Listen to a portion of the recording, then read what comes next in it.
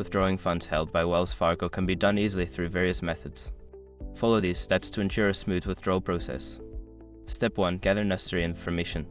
Before you begin, make sure you have your Wells Fargo account number, identification such as a driver's license, and any other relevant information needed for the withdrawal.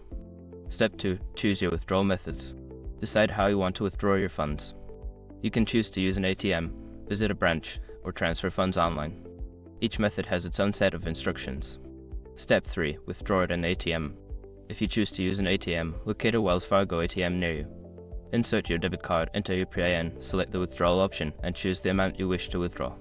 Step 4. Visit a branch. For in-person withdrawals, go to your nearest Wells Fargo branch.